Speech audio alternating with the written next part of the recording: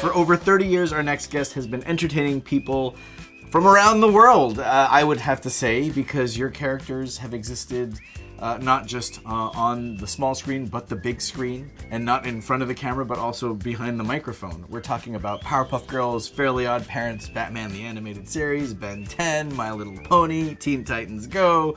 If I could, we'd be here for, gosh, what day is it?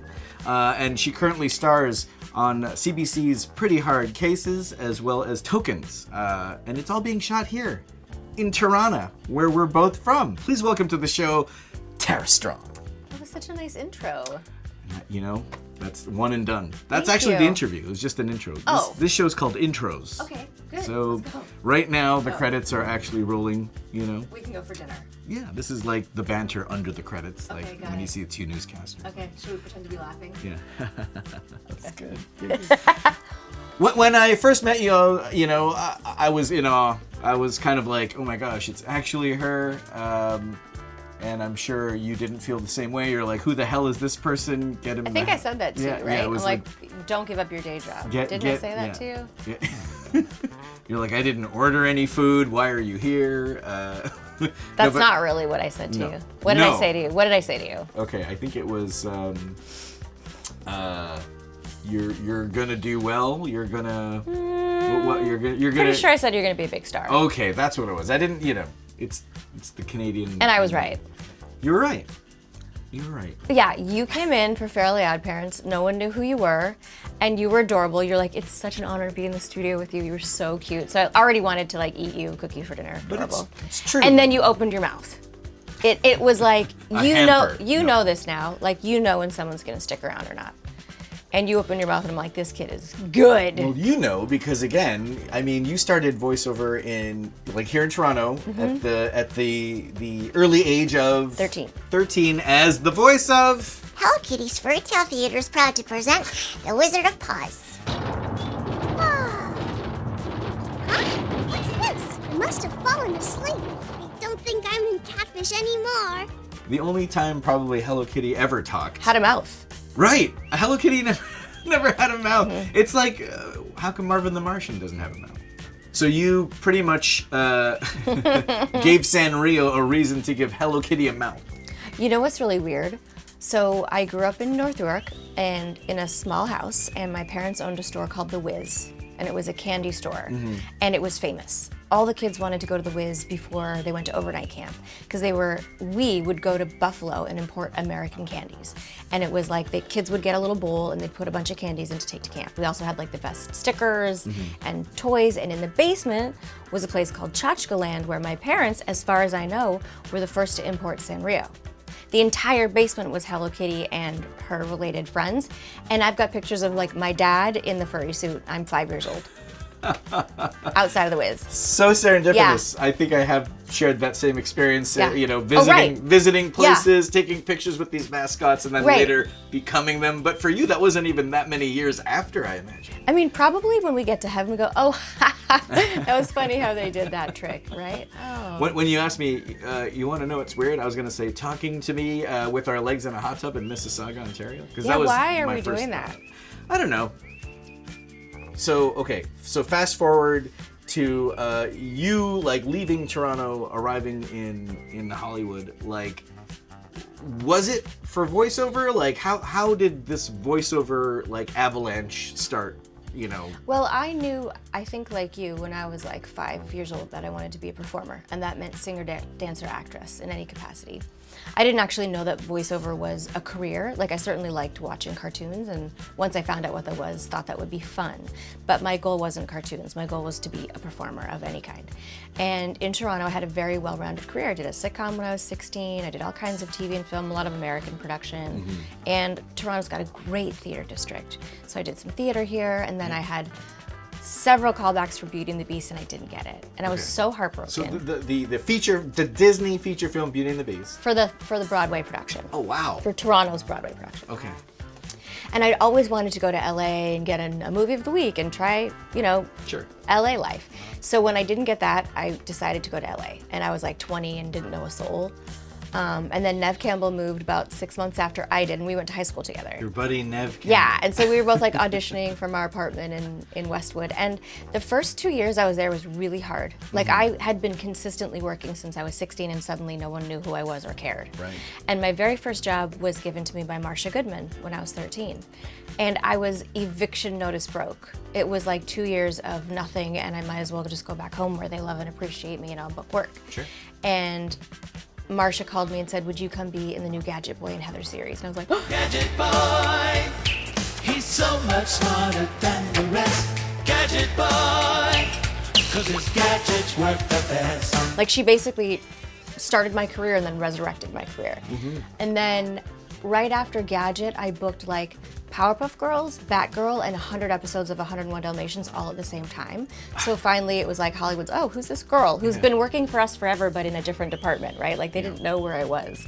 And so suddenly they cared. And that was how that all started. And I'm so lucky because, as you know, we're so lucky. If you're only relying on camera, you can go through some very challenging times. We have plenty of actor friends that only do on camera, and they're hurting a lot of the time. We are so lucky to be in this very exclusive and insanely fun club of voiceover. And, you know, one of the first lessons I learned from watching you and, you know, Carlos Elizraki, Darren Norris, Suzanne Blakesley in the booth is that no matter how wacky the voices are, it always starts with good acting. It has to. Like, the wacky voices may get you to the door, but what keeps you in the room and gets you through the door is good acting. And, you know, I always owe my career to people like you and like Rob Paulson, Kevin Michael Richardson, Gray Delisle. But me mostly, because I told you were going to be a big star. It was like a Stephen King movie. Cut to your Bugs Bunny. Like, what? that old thing? Yeah. Like, I what? guess I still... You're Marvin the Martian. I still think it's a big elaborate prank. Do you just pinch yourself all the time? Yes. It's because I'm a pervert. I love goosing myself. No, and that's why we're here today. We've asked the sexiest voice actor in Hollywood to talk to us about sex and animation, and since I can interview myself, we got Tara. Because we are talking about sex and animation. Oh. I don't know if that occurred to you, but there is sex and sexiness in animation. That's true. And you have played a variety of characters in your career. Some boys, some girls, some of none of the above, some of all of the above. And I mean, it all starts with you sitting not behind the mic, but in front of the TV as a kid. Did you have any cartoon crushes growing up, like in animation? Is that even a weird thing to talk about? I mean, cartoon crushes. Yeah. That's a good question. Maybe as a kid, I don't remember. I loved the Wonder Twins. We'll have to try to rescue Aquaman ourselves. Right, Wonder Brother. Wonder Twin powers, activate! I wanted to be the Wonder Twins when I saw the show. And then I got to play them in Teen Titans, which was pretty great. Wonder Twin powers, activate! Shape up! I think maybe like Ariel from The Little Mermaid was like my first kind of animation crush. Like I loved her so much. Yeah. And then I got to play her daughter in the studio with her. Like that's right. You were actually in the sequel to Little Mermaid. I actually was her daughter and sat and sang in the studio with Jodie Benson. It was madness. There's no more stormy weather. Now we can sing together in perfect harmony. That for me, you know, that was probably your meeting Tara Strong moment. Right. I burst into tears when I met her, and she's like, "Are you okay?" I'm like, "I just have loved you for so long." My Toronto bedroom, when I came back when my father passed away 2 years ago, still had the Little Mermaid poster in my bedroom. So it was definitely Little Mermaid. Mine was, it had to have been, I'd have to say, Betty Rubble. Whee! Oh, Barney, we've got our very own baby. Pretty cute. I mean, kind of had a thing for brunettes back in the day. Yeah, I get it. And girls with like rocks. Well, I always noticed that she liked Barney, and he was much shorter than Fred. I'm a short guy, so I might have a chance with Betty. Cut it out! I mean, and it starts from like preschool. I know you've done tons of preschool, but even in preschool, you can like identify with male and female characters. How important do you think that is to a younger viewer? Like, how much of an impact will that have on the outlook of the way someone sees themselves? Well, I think the beautiful thing about animation is that the characters are every color of the rainbow. They're any age. They come from all different countries. They love all different people. We've got so many great animated shows now honoring the LGBTQ community. And I've found, I'm sure you have too, at cons, that many people are like, I wanted to kill myself till I met Raven, or watching Fairly Odd Parents got me through my parents' divorce, or I thought I was the only one like me until I met Twilight Sparkle. And these characters speak to people on a very deep, profound, emotional, spiritual level. And the nice thing is no matter what your sexuality is as a kid, you'll find it represented today in animation. Right. And speaking of on that, what were some of the things of the past that because you've been in animation for so long and have seen and worked on not only just shows that have been seen by people, but maybe even some pilots that might not have gotten past the networks or on the air. Like, have you seen or noticed any kind of trends regarding like sex and sexiness in animation, regarding female characters that you've played, or like even the male characters, like any trends that you thought, like looking back, like, ooh, that's a little outdated, or, again, looking forward, that's where we should be headed? Like, Well, I think sexuality in animation has always existed, and maybe like during the 60s and 70s it was a little more like tongue-in-cheek, and even when we were first coming up, like, it wasn't as out there, and now it is more. And I think there's been a lot of great changes and progressions. Like, when Harley started out, she was an abused woman. Miss Quinn. Don't you knock before entering a lady's boudoir? And she's now come into her own power, and She does not need a man to take care of business. you have her here. I'm really happy about that. No Mr. J, huh? No more Mr. J.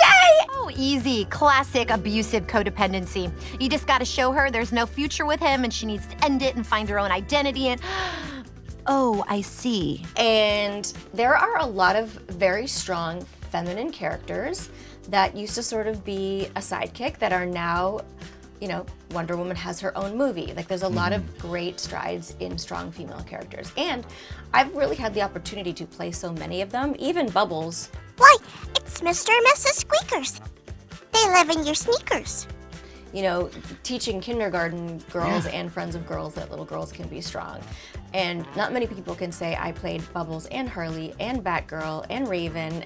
These are strong women. I was gonna say, can we list off like maybe your top 5? I know we could probably do top 50, but who would you say are like your top 5 favorite strong female characters on your resume?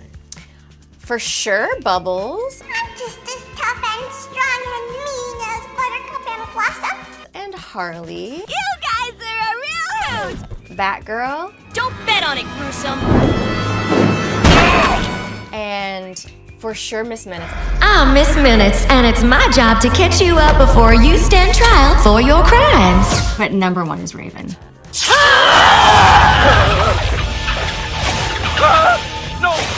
She's the number 1 most important, I think, female superhero character I've ever voiced. She just speaks to so many people. She touches people on like very profound levels. My mind is never troubled. People come, people go. It's pointless to be upset about Cyborg.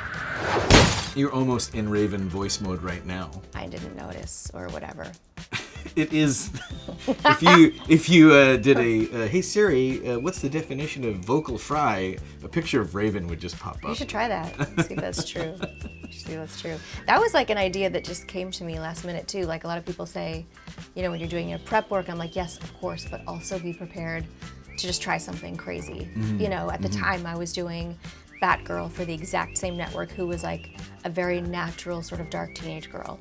Sharina Wickett for a show called Detention, Ingrid Third from Fillmore, Kylie from Extreme Ghostbusters. Like, I'm playing all these very dark, tragic teenage girls. Yeah. I'm like, how do I make this one different? Because I'm pretty conscientious, as are you, of making sure the same character doesn't live in a different universe. Right. And so I just did my own voice. I thought I was going to book Starfire because the audition side said she's a grown-up Bubbles. Oh, well, really? I'm a grown-up Bubbles. So I thought, you were auditioning for your own prototype? Right. That's kind of cool. So I thought that was going to happen. And I do the audition just relying on my acting, which my own voice is too similar to Batgirl, and I knew that. So when I left, I'm passing the studio, and I can see Andrea Romano and Murakami and everyone in there, and I went, can I try one more thing? And she's like, yeah, thank God Andrea said yes. And I just had this idea to do this weird little role. And that was every time she spoke, yeah. But you know, when you speak of her and other characters and sexuality, obviously every show we've ever done has been sexualized in art and song and cosplay on the internet, which is pretty great when it's inspiring creativity in a positive way. Some of it's pretty weird, we don't want to look at. Well, I was gonna say, awesome. like the difference between like a character that is, you know, sexy in a different way than visually, like designed to be sexy, right, versus just sexy. Right. You know, like what would you say are like those qualities? Well, certainly the wardrobe matters, the body type matters. What I loved about the DC superhero girls that Lauren Faust created is that there was no two body types alike. I loved that. The more animation can embrace different body types, realistic, when they explore sexuality. Yeah, that's great. I think that was like maybe one of the first times, and I mean that wasn't even that long ago, right? I mean, it's been on for a few seasons, but it's like finally a realistic. I said to her, like, thank you for making real girl bodies. Like, it's beautiful. Yeah, so some characters are inherently sexier than others, and then some characters like, wow, I would never have sexualized Timmy and Trixie on the computer like that, but okay. Yeah, I was gonna say, are you like, we've gone that far? Is there anything looking back that you would be like a little bit like, well, I wish I could change that. If I had a second chance or a second take, and I mean, who knows, you may just with the way the world works with reboots, how would you reimagine a character that you could improve, or are there any characters that you've played that you think need improvement? I think, I don't know that I would have changed any performance, and most things I did were pretty conscientious about strong messages, except for maybe Drawn Together, which is pretty Drawn Together, by the way, and this is funny because before I made the leap to voiceover, that was one of the last things I worked on, was the Drawn Together movie. Oh really? You were drawing it? I was drawing it. I was listening to your voice on a loop for scenes, because you know, if you watch animation, there are some scenes that are like 30 seconds long.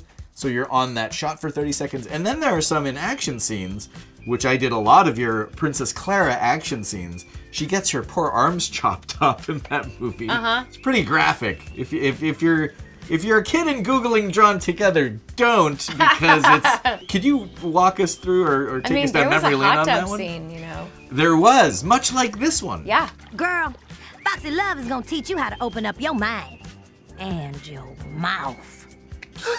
Oh my God. Me and Cree Summer singing a glorious song about making out together.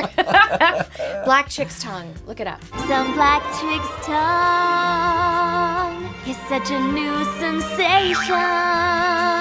I got a mayonnaise mama on my licking hoe, and we've only just begun. You and Cree, by the way, are the best voiceover bookends. When back in the day when we used to have ensemble records, they would all have us in a room, and more often than not, you and Cree would always have to be separated because you could not stop talking to each other. There's a few people in my career I've had to be separated from, that's true. Right. Because voiceover's fun, and then when you're having fun, I think that transcends TV. Like, I think absolutely. Teen Titans Go works even though everyone was dying for season 6, so am I. It's a different show, but I think it works because we love each other so much and we're having so much fun. You could feel that, yeah. the camaraderie in the room.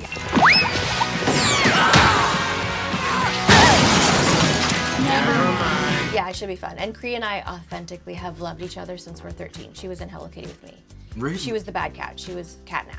When I get my paws on the driver of this house, my collar. You give me that collar.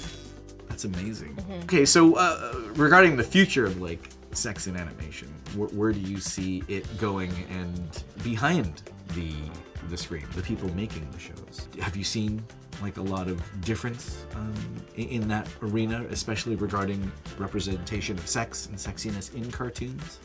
I mean, I think so. I think so. I never noticed that there weren't as many roles for women, but certainly now there's a lot more for BIPOC actors, which is great, as it should be. And that sort of awareness is pretty new. Like, you know, I was BB and Cece on Proud Family, and they came to me and they said, we're gonna do it again, and we want the actress to be black. And I said, not only do I approve, I will coach them, like let them know they can. I'm gonna call whoever. And I said to Kimberly, she was auditioning Hugh, and I'm like, you want me to do the baby voices for you? That's how it should be. Yeah. But it took the animation world a little while to get that. Yeah. I think so. That's a good change. Since you're a voiceover artist, unlike myself, that only gets booked on shows that last one season, you have booked many characters on shows that have lasted several decades, not even just seasons. Have you seen your characters evolve and grow in a sexual way, or how they're portrayed? Yes, for sure. Like, absolutely Harley being the most obvious, because in the beginning, she's an abused woman. She's Joker's side piece. She's not in her own power. She's being controlled at all times. And since Arkham City and Arkham Knight, Harley has proven to be her own power. She doesn't need a man to get anything done. And her sexuality has changed because her power has grown. So there's like an inner strength that's come from within her that's less of, you know, something for a man to look at and something for a man to step back and say, wow, she's strong, she's cool. And I think if characters are being sexualized in video games or animation, as long as it's this female character that's coming from a very strong position and knows how to use her sexuality in a way that's not gratuitous just for male fans, you know, and will characters gawk at them? I'm sure, but in today's day, that character would probably punch the gawker in the face, you know? Like, I don't know that the demure little housewife thing is really a thing anymore. The damsel in distress. Yeah, not much. How about the sexualization of male characters in contrast to that? Well, I think, I mean, I always go back to Drawn Together when I think of anything animated and sexualized, because it was such a big departure from anything else, and it was very sexualized. And they got to explore, I think it was one of the first gay animated like characters. He was adorable and hilarious, and he was on an ever-ending quest to save his girlfriend. Yeah. Oh, really? Yeah, it was really funny. His girlfriend? Yeah. What? You're gay? Maybe? Oh, but don't worry. I'm still on a never-ending quest to save you. The hell you are! Hey, don't hang up! Strong Sander. Strong Sander. And I love when guys cosplay as him, because he was pretty much naked the entire time. And Cartoon Network's been doing a really good job with gay couples and bi couples. And, you know, on my podcast, we do a show called The Ship It Show, Greg Sipes and I, about love in pop culture. And the very first couple that the fans picked was Harl Ivy.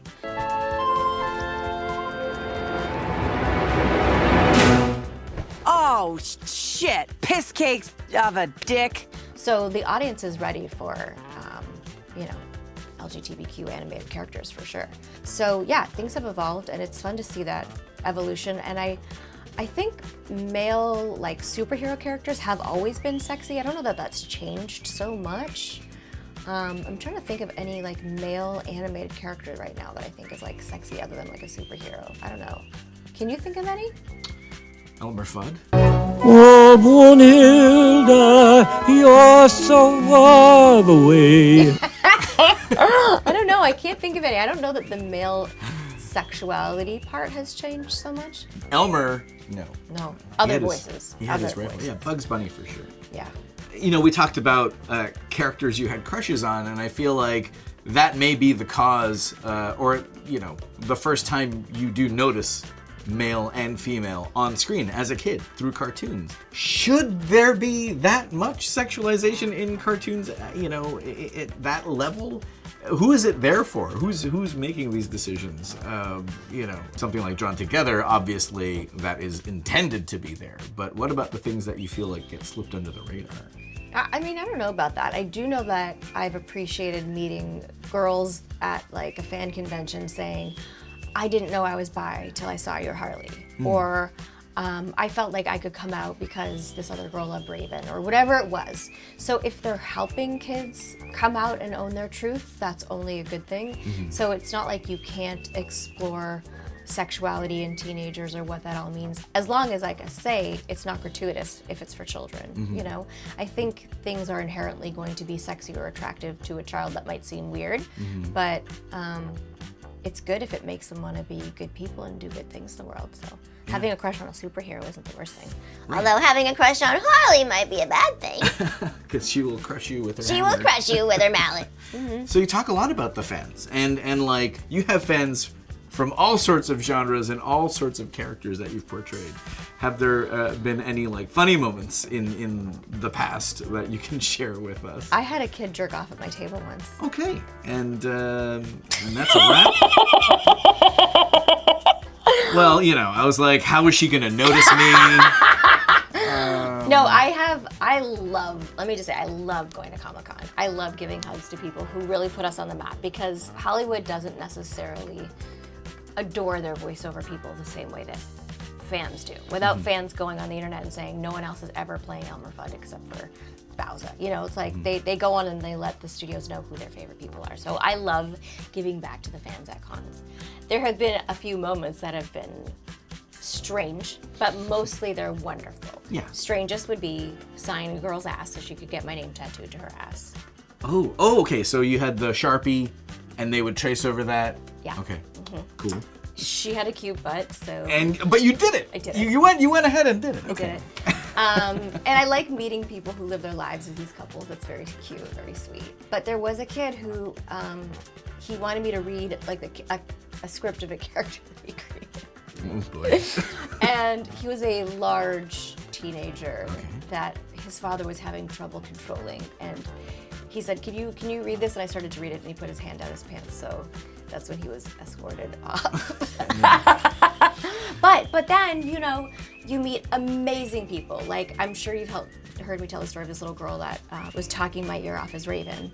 And I see her mom crying, and it's like really, really crying. And I go over to see if she's okay. And she said her daughter was severely autistic and hadn't spoken in 5 years and didn't shut up when she knew I was coming. Pretty amazing. You know, there's beautiful, beautiful stories. The beautiful stories definitely outweigh the crazy, and the crazy are typically funny, so. Yeah.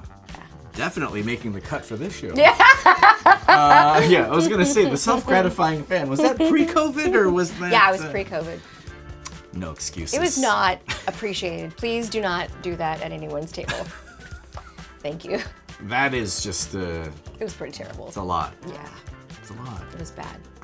Don't do that. We talked about sex in cartoons at an early age, people having their sexual awakenings because of cartoons. Has anyone ever told you that they've had sexual awakenings to cartoons that you've portrayed? Yes, all the time. Oh. Yeah, I do appreciate when a girl comes and says, I didn't know I was bi until I saw your Harley, or I didn't know I was gay until I met Raven and I lived my life, you know, me and my girlfriend are Raven and Starfire, or whatever it is. Like, very, very sweet. Happens a lot that people say, I'm so in love with Batgirl. I'm like, okay. And like, no, I'm really in love with Batgirl. I'm like, the drawing or the person that does the voice? Like, you know. And, you know, I've been in sessions many times, I think you've witnessed this, where they say, can you make it less sexy? And I can't. Don't let that donut dunker get to you. We're gonna have this whole thing sewn up before Batman and Superman get back. Like, I'm just that sexy. That's just it.